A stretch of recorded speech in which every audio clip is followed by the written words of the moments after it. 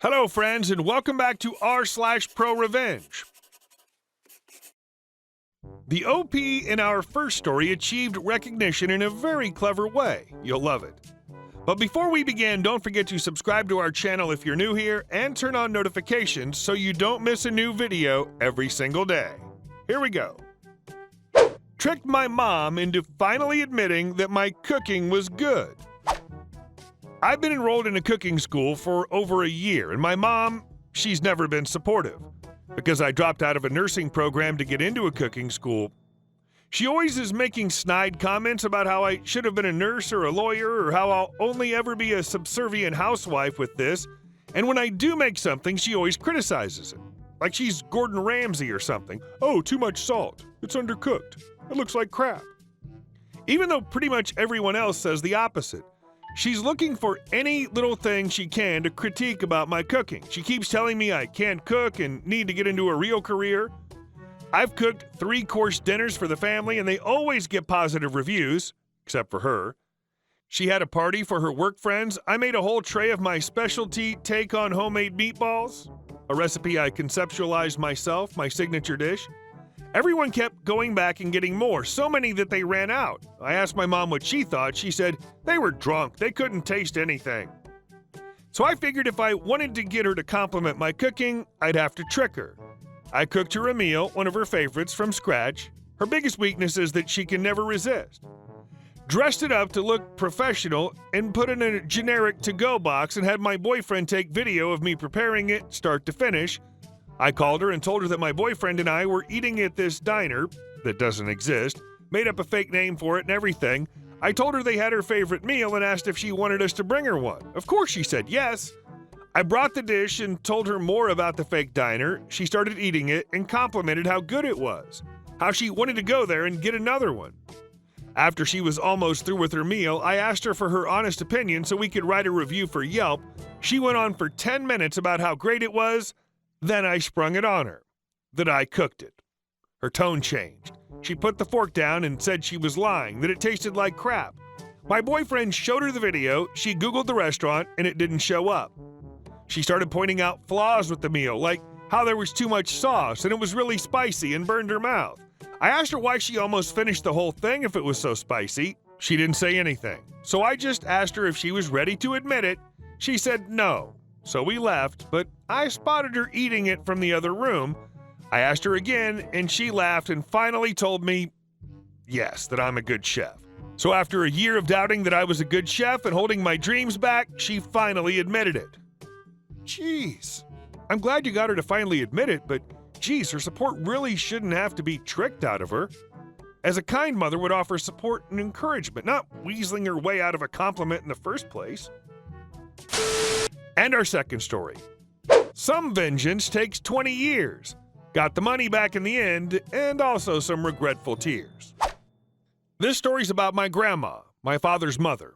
Let's call her Ellen.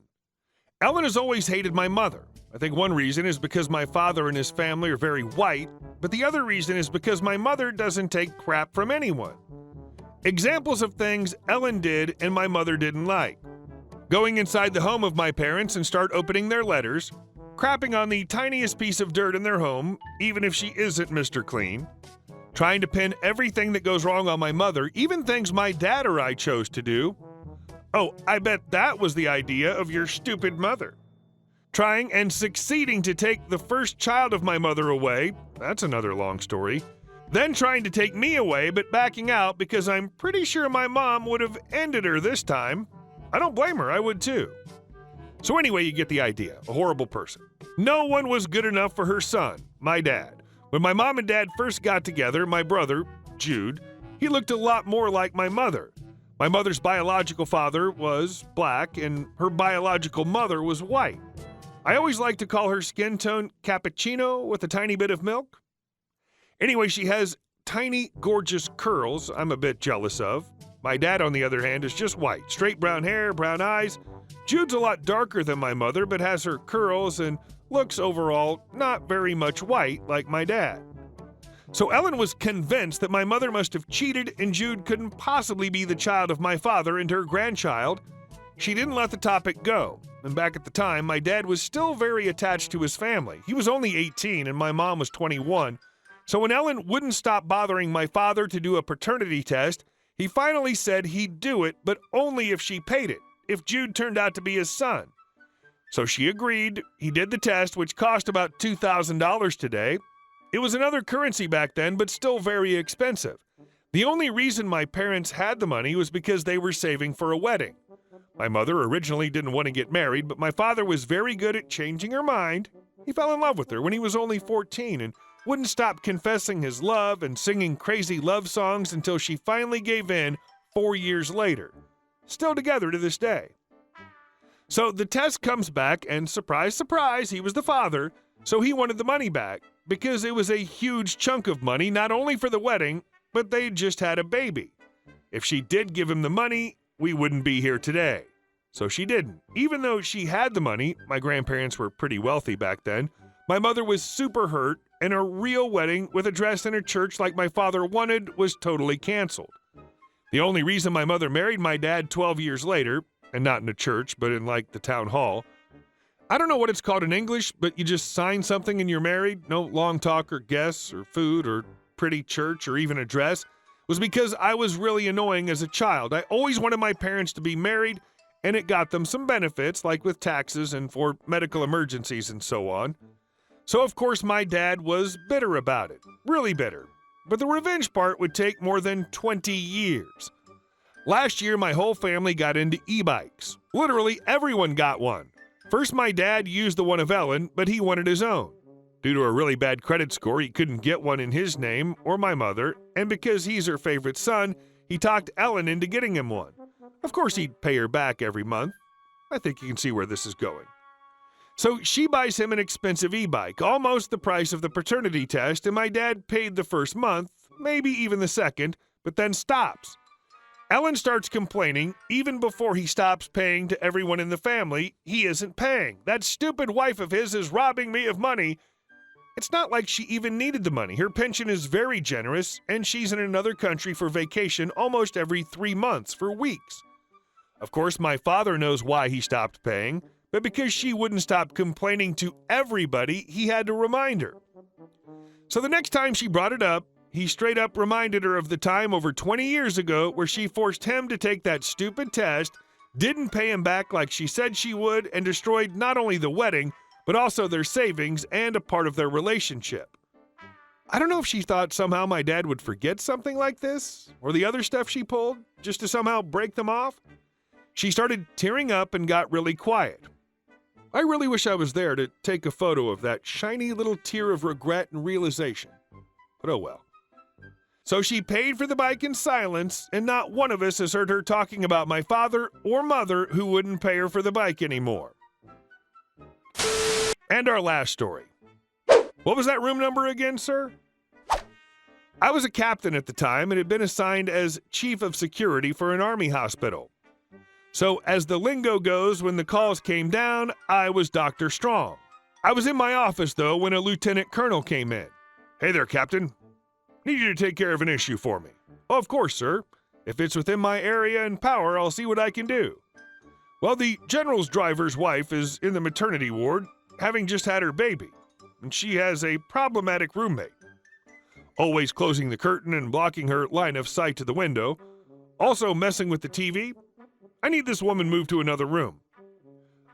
That's definitely outside my area of control, sir. I don't oversee or control anything with patients unless it's an issue of security, safety, or... Yes, I know, but you know everyone, and the doctors and nurses will listen to you more than me. You're one of them now, and they rely on you." "Sir, really." "I know, no promises.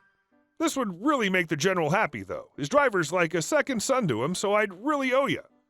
It's room number XYA. Just give it your best for a fellow infantryman, okay?" I breathed deep and wait a minute.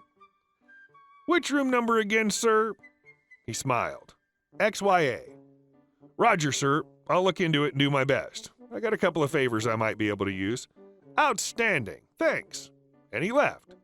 So up I went to maternity to find the head nurse. She was not pleased, as apparently the lieutenant colonel had been up there earlier trying to sling his weight around and came to find me when it had no effect. I pointed out the room, though, and she smiled. We both chuckled a little bit, and I asked, "So can you help me out with making all this good, please?" Giving me a big, friendly smile, "Well, the corner room's open. We can move the bothersome lady in there. She'll likely have a new roommate later today, though. Then again, once the bed's clean and reset, we'd likely be putting another lady in with the driver's wife, too. Matter of fact," she paused, looking over files, "it'll probably be Mrs. Hispanic lady having her 4th kid. She was likely to be in the corner room, but with the move, she'd have to go in with the driver's wife." Me: "Well, if that's how it has to be, as long as we can accommodate the lieutenant colonel's request." Head nurse: "Okay, but you're helping move the lady out of the room." "Yes, ma'am, of course." The lady who'd been causing such disturbances for the driver's wife was quite calm and gave no issues with the move, nor even asked any questions. I called the lieutenant colonel once it was done and made sure to tell him I had no concrete knowledge if or when a new roommate might be moved into the room, but that the staff was really not happy with the move and extra work. He thanked me, and I never heard anything of it again. The entertaining part of the whole thing: the bothersome lady who got the room with the better view, the woman who kept closing the curtain for some privacy and turning down the loud crap the driver's wife kept putting on TV, was my wife, who just had our 1st kid. Love the last sentence. That made the story extra sweet. Thank you all for watching the video. I'll see you in the next one.